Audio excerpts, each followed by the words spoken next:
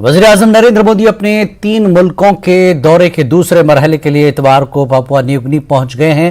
PM Modi FIPIC इजलास में शिरकत के लिए पापुआ न्यू गिनी पहुंचे हैं, जहां उनका इस्तकबाल पापुआ न्यू गिनी के वज़ीर-ए-आज़म जेम्स मरापे ने किया।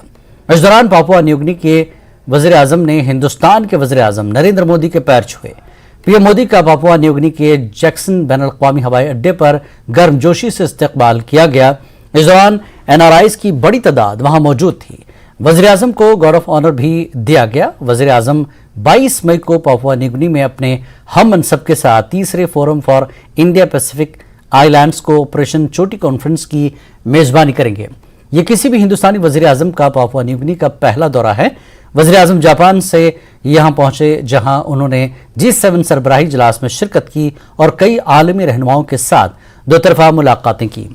काबिल जिक्र है कि FIPIC की तश्कील 2014 में वज़ीर-ए-आज़म मोदी के दौरे फूजी के दौरान हुई थी।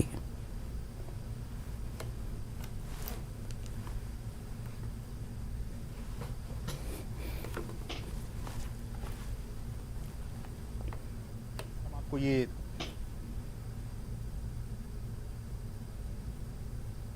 अमेरिकी सदर जो बाइडेन भी हिंदुस्तान के वज़ीर-ए-आज़म नरेंद्र मोदी के मद्दाह बन गए हैं।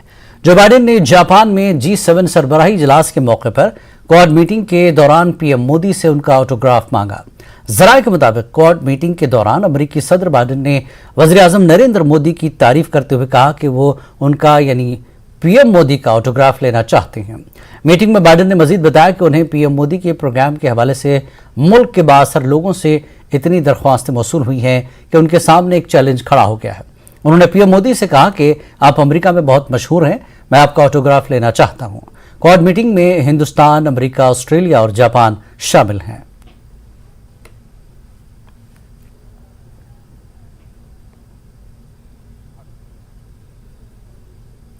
लोकसभा इंतखाबात 2024 से कबल बीजेपी मुखालिफ पार्टियों को मुत्तहिद करने के मामले पर सियासत गर्म है। इसी एपिसोड में बिहार के सीएम नीतीश कुमार और डिप्टी सीएम तेजस्वी यादव ने हफ्ते को दिल्ली में सीएम अरविंद केजरीवाल से मुलाकात की। नीतीश कुमार के साथ नायब वज़ीर आला तेजस्वी यादव भी मौजूद थे। इस दौरान तीनों रहनुमाओं के दरमियान अपोजिशन को मुत्तहिद करने के मामले पर बातचीत हुई। मुलाकात के बाद नीतीश कुमार ने कहा कि हम अरविंद केजरीवाल से मिलने आए हैं। नीतीश ने कहा कि सुप्रीम कोर्ट का फैसला अच्छा था, लेकिन मरकज की तरफ से जो किया जा रहा है ये अजीब बात है। मुंतखब हुकूमत को कैसे आप हटा सकते हैं? हम कह सकते हैं कि सब लोग इकट्ठा हों। हम मानते हैं कि ये बहुत अच्छा काम कर रहे हैं। इस काम को क्या रोक दिया जाएगा? हम केजरीवाल के साथ हैं। हमें हर रियासत में मुहिम चलानी चाहिए और कानून पर अमल करना चाहिए। अब आप जरा संविधान को देख लीजिए, क्या अधिकार है। जब गवर्नमेंट बनाई जाती है, इलेक्टेड सरकार बनती है, तो उनको जो अधिकार दिया गया है उसको कैसे आप हटा सकते हैं? ऐसा तो कुछ नहीं है। लेकिन अब किस तरह से हो रहा है, इसलिए तो हम लोग कह रहे हैं कि सारे देश में सब लोग एकजुट हों, ताकि ये लोग संविधान का भी और किसी भी चीज़ का अपने ढंग से जो इधर से उधर कर रहे हैं और किस तरह का माहौल बन रहा है।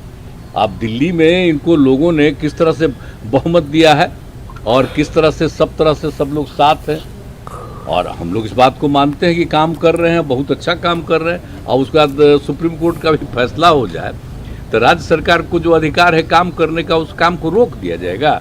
नीतीश जी आज आए थे और उनसे काफ़ी डिटेल में चर्चा हुई। उन्होंने पूरी तरह से समर्थन जाहिर किया कि ये उन्होंने वो हमारे साथ हैं, दिल्ली के लोगों के साथ हैं, और दिल्ली के साथ जो अन्याय किया है केंद्र सरकार ने, उन्होंने कहा कि इसका मिलके लड़ेंगे।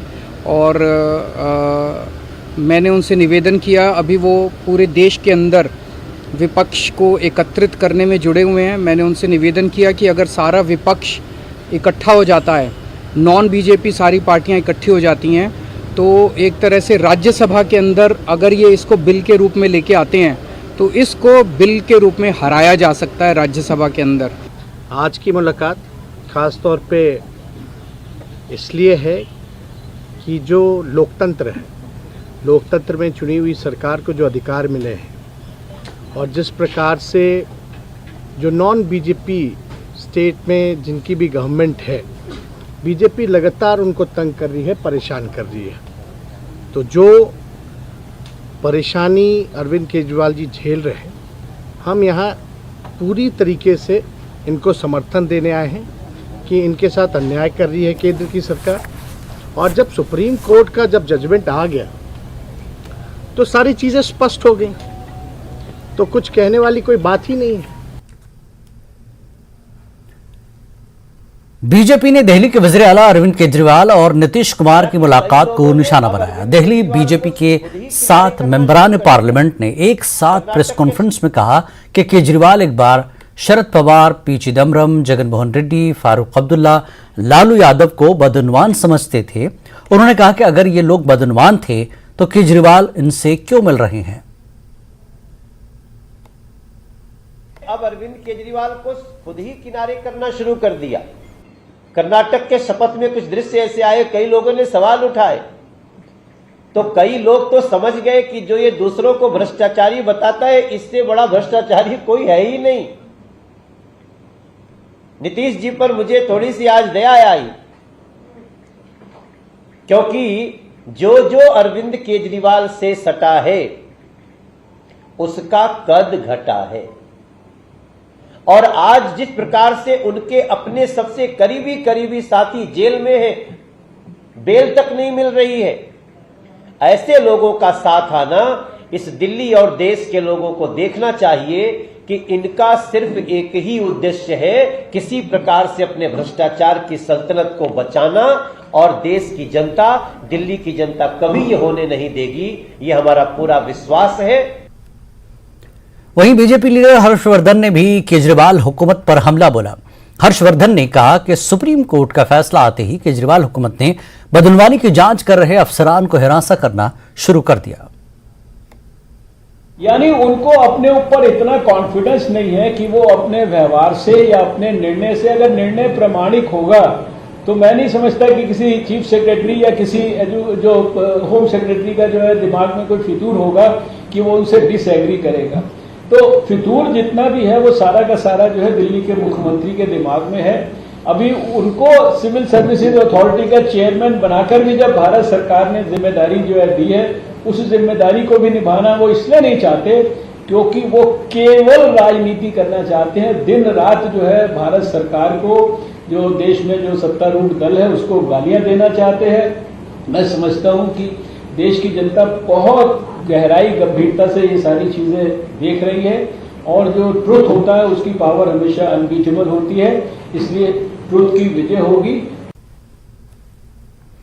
आर्यन खान केस में मुंबई एनसीबी के साबिक सरबराह समीर वानखेड़े से सीबीआई ने मुसलसल दूसरे दिन पूछताछ की।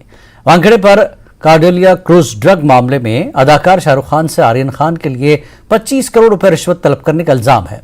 आर्यन बॉलीवुड स्टार शाहरुख खान के बेटे हैं। खबर के मुताबिक वानखेड़े सुबह 10:30 बजे सीबीआई के बांद्रा कुल्ला दफ्तर पहुंचे, जहां उनसे 5.5 घंटे तक पूछताछ की गई। सीबीआई के दफ्तर से निकलते हुए समीर ने कहा कि उन्हें अदलिया पर पूरा भरोसा है। दूसरी तरफ हफ्ते को भी सीबीआई ने उनसे 5 घंटे से ज्यादा पूछताछ की थी। सीबीआई ने एनसीबी यानी नारकोटिक्स कंट्रोल ब्यूरो की शिकायत पर 11 मई को केस दर्ज किया था।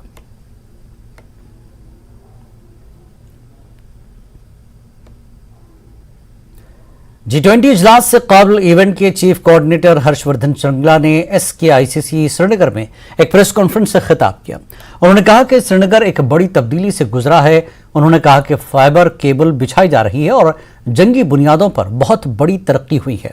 उन्होंने कहा कि G20 इवेंट पहली बार हिंदुस्तान के शिमाल, जनूबी मशरक और मगरबी हिस्सों में मुनक्किद हो रहा है। उन्होंने कहा कि G20 के बारे में मुल्क के तमाम हिस्सों में बड़े पैमाने पर बेदारी कैंप मुनक्किद किए गए। हर्षवर्धन श्रृंगला श्रीनगर में मेहमानों की आमद शुरू हो गई है और हम कल से श्रीनगर में G20 से मुताल्लिक टूरिज्म वर्किंग ग्रुप के प्रोग्राम की मेजबानी करने के लिए तैयार हैं। उन्होंने मजीद कहा कि यह तकरीब जम्मू कश्मीर की पायदार सयाहत, एडवेंचर टूरिज्म, फिल्म और इको टूरिज्म को जिला बख्शने में मदद करेगी। जैसे मैंने कहा था, जो रिप्रेजेंटेशन आप इस वर्किंग ग्रुप ऑफ टूरिज्म में देख रहे हैं वो पहले के मीटिंग्स में हुए नहीं थे। ये मैक्सिमम नंबर ऑफ पार्टिसिपेंट्स इस मीटिंग में होंगे और ये हमारे लिए बहुत खुशी की बात है कि जब हम इतनी सुंदर लोकेशन में टूरिज्म वर्किंग ग्रुप की मीटिंग कर रहे हैं, तो इतने अंतर्राष्ट्रीय पार्टिसिपेंट्स होंगे इस मीटिंग में, और इनमें ओआईसी देश भी ज़रूर शामिल हैं।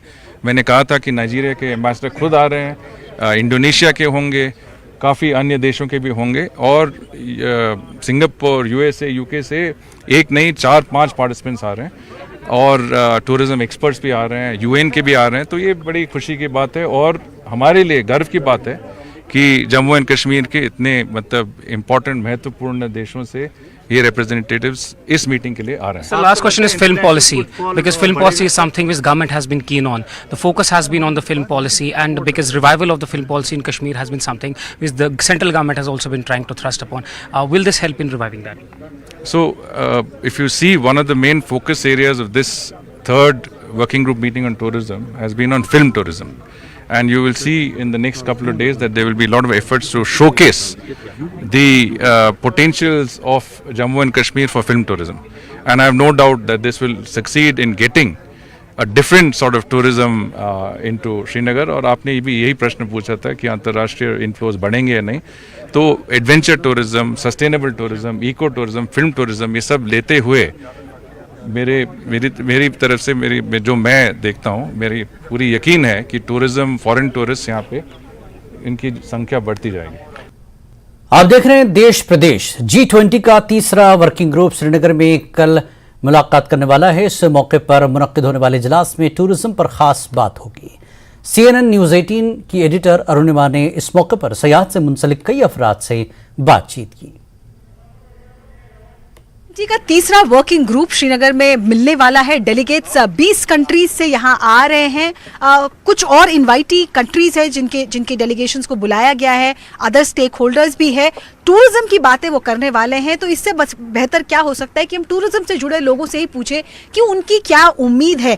मेरे साथ जुड़े हुए हैं लोग, मेरी बाईं तरफ है जो कार्पेट और सिल्क इंडस्ट्री से जुड़े हुए हैं, टूरिस्ट है जो महाराष्ट्र से आए हैं, दाहिनी तरफ लोग हैं जो हाउस बोट इंडस्ट्री और ओवरऑल टूरिज्म सेक्टर से जुड़े हुए हैं। सबसे पहले आपसे पूछती हूँ, आप हैंडीक्राफ्ट्स प्रमोशन की तरफ भी देखते हैं। एक बात हो रही है इकोनॉमिक टूरिज्म की, बाकी सब चीजों के बारे में तो मैं पूछूंगी, इकोनॉमिक टूरिज्म के बारे में आपकी क्या उम्मीद है? देखिए, जब भी ऐसा इवेंट होता है, एक छोटा भी एक इवेंट हो, जैसे हम माइस हमारे दोस्त लोग करते थे, but now this is a G20 and मैंने पहले भी कहा कि लोग हम प्रमोशन के लिए कहाँ कहाँ नहीं गए हैं। When I used to be the president of Kashmir Chamber, we have gone lot of countries to promote our destination, because जब टूरिस्ट आता है तो 100 एक्टिविटियाँ, बिजनेस एक्टिविटियाँ जुट जाती है। आप देखेंगे tourist cabs, they are all busy, shikaras we had to wait, ठीक है, houseboats are full and they are all happy and this message will go and serve the purpose. और जो एक टूरिज्म प्रमोशन और डेस्टिनेशन को ज़रूरत होती है आज के डेट में, अगर आप देखेंगे हमें तो जितने भी ये कंट्रीज से आ रहे हैं, डेलीगेट्स आ रहे हैं, तो definitely they will send a positive signal to their respective countries. और हमारी यहाँ पे जो डिमांड है और जो हमारे स्टेक होल्डर्स चाहते हैं वो पर्पस सर्व हो जाए। नासिर जी, डोमेस्टिक टूरिस्ट ने रिकॉर्ड तोड़ रखा है पिछले 2-3 सीजन से। गंडोला राइड के लिए टिकट नहीं मिलती, लंबी बुकिंग करनी पड़ती है। लेकिन फॉरेन टूरिस्ट को जब हम यहाँ बुलाएंगे, 2 कंसर्न उनके दिमाग में है। एक है सिक्योरिटी, दूसरा है कि वो कश्मीर में कितना एंजॉय कर पाएंगे, क्योंकि ऑलरेडी इतना डोमेस्टिक टूरिस्ट भरा हुआ है। आपको क्या लगता है इस बारे में? देखिए, जहाँ तक अब बिजनेस इकोनॉमी की हम बात करें, G20 को लेकर हम यही प्योरली सोचते कि एक इकोनॉमिक एक्टिविटी है। हाँ। अब अगर हम देखेंगे, हम होम टूरिस्ट से बेहद खुश है, अच्छा बिजनेस चल रहा है, बहुत बड़े नंबर्स में तादाद में टूरिस्ट आते हैं, तो जाहिर है कि इवन जगह भी नहीं मिलती है मई और अप्रैल मई जून में इतनी जगह, तो आप कभी सोचेंगे कि फॉरेन टूरिज्म फिर क्यों ज़रूरत है। पर एक किसी भी जगह के लिए सस्टेनेबल टूरिज्म का होना बहुत ही महत्वपूर्ण है। देखिए, एज अ बिजनेसमैन मैं सोचूंगा, अगर मैं रेमंड का कपड़ा बेचता हूं, मैं चाहूंगा कि मैं रीड एंड टेलर भी बेचूं। तो हमारे पास ये सुविधा है कि हमारे पास फॉरेन टूरिज्म की भी कैपेसिटी है, डोमेस्टिक टूरिज्म की भी कैपेसिटी है। अगर आप पिछला रिकॉर्ड देखेंगे, 50 से लेकर 89 तक ये डेस्टिनेशन भरपूर होता था ज़्यादातर फॉरेन टूरिज्म से, European as well as English speaking country से, चाहे वो ऑस्ट्रेलिया था, न्यूजीलैंड था, यूके था और यूएसए था। और यूरोपियन ट्रैफिक फिर 62-64 से आना बढ़ना लगा। बाय एंड लार्ज कश्मीर जो है ये बेसिकली हमारे कंट्री का सबसे ओल्डेस्ट टूरिज्म डेस्टिनेशन है, और इसको बैलेंस करने के लिए फॉरेन टूरिज्म का आना, एक नेगेटिविटी वो ख़त्म हो जाएगी, एक माइंडसेट उनका जो बना है। देखिए, जान के प्यारे, उनको जान की ज़्यादा फिक्र नहीं कि यहाँ कुछ खराबी, वो उनके माइंडसेट में होता है कि यहाँ हमें इंश्योरेंस नहीं मिल जाता अगर हम कश्मीर आ जाएंगे। ट्रैवल एडवाइजरी लिफ्ट होने से ये प्लस पॉइंट है, insurance companies will be open कि वो उनका, क्योंकि आपको पता है वो फॉरेन माइंडसेट उनका क्या होता है, वो भगवान या ईश्वर पे ज़्यादा बिलीव नहीं करते, वो प्रैक्टिकलिटी पे बिलीव करते हैं। कुछ हो गया तो हॉस्पिटलाइजेशन के लिए पैसा होना चाहिए, ये होना चाहिए, तो वो ट्रैवल करेंगे तो उनके लिए बहुत ज़रूरी है कि उनके सेफ गार्ड इंटरेस्ट हमेशा रहना चाहिए। तो वो चीज़ें अगर ट्रैवल एडवाइजरी उड़ गई, इंश्योरेंस कंपनीज ऑटोमेटिकली वो उनके इंश्योरेंस में इजाफा हो जाएगा। उसके अलावा देखिए, ये अगर अपना काम करते हैं, मैं दोबारा ये दोहराना चाहता हूँ, G20 कंट्रीज़ ने पॉजिटिव स्टेप लिया कि नहीं, एडवाइजरी तो हटाना ही हटाना है। उससे ज़्यादा मैं, चूँकि मैं आयाटो का चेयरमैन हूँ, J&K चैप्टर का, मैं अपने मेंबर्स को, जो आयाटो मेंबर्स है पूरे इंडिया से, जो कि प्रमोट करते हैं इनबाउंड टूरिज्म, इंडिया जो प्रमोट करते हैं, उनसे मैं गुजारिश करता हूँ, मोदवाना अपील करता हूँ कि वो भी कश्मीर जो है ब्रोशर्स में डाल के जितने भी हमारे इंटरनेशनल ट्रैवल मार्ट्स है वहाँ प्रमोट करना चाहिए। इसके अलावा हमारा जो इस वक्त टूरिज्म डिपार्टमेंट है, पर्टिकुलरली जो हमारे सेक्रेटरी साहब है, उनका बहुत ये एक पॉजिटिव माइंड है कि जितने भी हमारे इंटरनेशनल मार्ट्स हो रहे हैं, Jammu and Kashmir will participate over there and promote Kashmir in large stake. चलिए, मैं कुछ टूरिस्ट से ही पूछती हूँ, आप लोग आए हुए हैं महाराष्ट्र से, ये जो बात हो रही है कि फॉरेन टूरिस्ट के मन में डर है कि यहाँ पे कश्मीर सेफ है या नहीं है, आपने जब सोचा कि आपको कश्मीर आना और आप परिवार के साथ आए हैं, आपको किसी ने कहा कि कहाँ जा रहे हो, सुरक्षा नहीं है? और जब आप यहाँ आए, एयरपोर्ट से जब आप बाहर निकले, वहां से लेकर इस हाउस बोट तक का सफर हमें, हमारे दर्शकों को बताएं। मैं Jitesh Makwana from Pune. I am interior designer and she is my wife Namrata Makwana. तो मन में जो लोगों के डर का जो बता रहे, तो वैसे डरने जैसा कुछ मुझे लगा नहीं, क्योंकि जो भी श्रीनगर एयरपोर्ट से लेके इधर तक जो है तो काफ़ी स्मूथ जर्नी है, ना कोई प्रॉब्लम है, ना कुछ नहीं, कोई लगा नहीं। और लोग अभी आउट ऑफ इंडिया स्विट्जरलैंड और जाते हैं, अभी उनकी मर्जी है, अभी वो लोग को अच्छा लगता है, लेकिन अभी इंडिया में इतना स्विट्जरलैंड से भी बहुत अच्छी जगह है और वो लोगों को आना चाहिए। मुझे ऐसा लगता है मेरे बिजनेस के वजह से, कुछ कारण के वजह से मैं इंटीरियर की बिजनेस करता हूँ, तो लोगों का दिवाली में ओपनिंग रहता है, अक्षय तृतीया में रहता है, तो कुछ कारण से आना नहीं हो, और बाद में लॉकडाउन लग गया। बाद में लॉकडाउन के बाद में इतने टूरिज्म का ये आ गया, तो मैंने वो 2-3 इनको पूछा कि अब हमको जाना है, तो बोले फुल हो गया, नहीं मिलेगा जाने को। फिर एक वीना वर्ल्ड से या जो भी इनसे मैं बात किया तो उनसे करा, तो काफ़ी अच्छा एक्सपीरियंस रहा। और आज हमारा फर्स्ट डे है, तो हाउस बोट का एक्सपीरियंस भी बहुत अच्छा लगा हमको। Thank you. हाउस बोट का एक्सपीरियंस उनको बहुत अच्छा लगा। आपने व्हाट्सएप कॉल कर दिया, वीडियो कॉल पे सबको दिखा दिया झरना? अभी भी बाकी है, चालू है, वो जस्ट चालू हुआ है। अच्छा, डोमेस्टिक टूरिस्ट तो काफ़ी थ्रिल्ड है। एडवाइजरी की बात हम कर चुके हैं, बट जो श्रीनगर में G20 का ये वर्किंग ग्रुप हो रहा है, आपके हिसाब से क्या बिग टिकट मैसेज लेकर इन डेलीगेट्स को यहाँ से भेजना चाहिए? देखिए, एक बड़ी मैसेज जो जिसकी हम उम्मीद रखते हैं कि जैसे हमने पहले भी आप ये मेंशन किया कि जो फॉरेन टूरिस्ट उनको ट्रैवल करना चाहे, यहाँ पे आना चाहिए, एडवाइजरीज़ को लिफ्ट किया जाना चाहिए, और जो इंश्योरेंस कंपनीज उनको आगे आना चाहिए, लोगों का इंश्योरेंस होना चाहिए, तो उससे एक डर भी लोगों में से निकलता है। और ऐसे जो इवेंट्स होता है, इससे जॉब अपॉर्चुनिटीज़ भी बहुत मिलती हैं। जो हमारी यंग यूथ से यहाँ पे तो टूरिज़्म सेक्टर में बहुत सारे मतलब ऐसे लोग अब जुड़े हुए हैं कि जिनके और कोई सोर्सेज नहीं थे कि they will go for other jobs, मगर टूरिज़्म में वो आए हैं। एज ए स्टेक होल्डर मैं बताना चाहता हूँ कि हम भी बहुत सारा एम्प्लॉयमेंट जनरेट करते हैं। तो एक मैसेज यही है कि टूरिज़्म के हवाले से जो अभी हमारे जो सेक्रेटरी टूरिज़्म साहब या LG साहब जो हमारे जो नई डेस्टिनेशन ने मतलब आइडेंटिफाई किए वर्जिन डेस्टिनेशन, उनके लिए हमें प्रमोशंस की ज़रूरत है। तो हमें वहाँ पे भी जाना पड़ेगा जहाँ हम पहले जाते थे बाहर, मुल्क से बाहर। तो अब वो लोग भी आने चाहिए, जो एम्बेसीज़ हैं उनको भी मतलब कश्मीर के बारे में ऐसा एक ब्रोशर बनाना चाहिए। जो उनकी जो फ़्लाइट्स होती हैं, जो डोमेस्टिक फ़्लाइट्स होती हैं, उनमें शॉर्ट वो वीडियोज़ दिखाते हैं, फिल्म्स होती हैं, उनमें हमारा भी थोड़ा सा एडवर्टाइजमेंट होना चाहिए कश्मीर के बारे में। जो इन फ्लाइट मैगजीन्स होती हैं, उनमें भी हमारा एक पेज होना चाहिए रिगार्डिंग कश्मीर, क्योंकि उसको नए सिरे से अब टूरिज्म मैप पे लाना है। तो बहुत डिकेड्स के बाद ऐसा हो रहा है, अच्छी अपॉर्चुनिटी। तो मैसेज यही है कि इससे वेलकम स्टेप के टूरिज्म ये मीटिंग हो रही है यहाँ पे, और यही मैसेज आके ये लोग भी जाएंगे कि आप आइए, Kashmir is always there and we are the best hosts also. तो यहाँ इस हाउस बोट से तो स्टेक होल्डर्स और टूरिस्ट दोनों ने अपने वर्डिक्ट दे दिए। अब दल के दूसरे पार है SKICC, वहाँ G20 के डेलीगेट्स को वेलकम किया जाएगा कुछ ही घंटों में, और उनको फिर एक बार बताया जाएगा, अगर सुना नहीं है को, अगर दुनिया में कहीं जन्नत है तो वो यही है, यही है, यही है। उमेश शर्मा के साथ दलझील श्रीनगर से अरुणिमा। G20 सरबराही इजलास से सयाहत से मुंसलिक शोबों को भी फरोग मिलेगा, जिसमें पेपर माशी क्राफ्ट सरफहरिस्त है। कारीगरों को उम्मीद है कि इस दस्तकारी की बरामदात में इजाफा होगा, क्योंकि ये गुज़श्ता 3 दहाइयों से जवाल का शिकार है।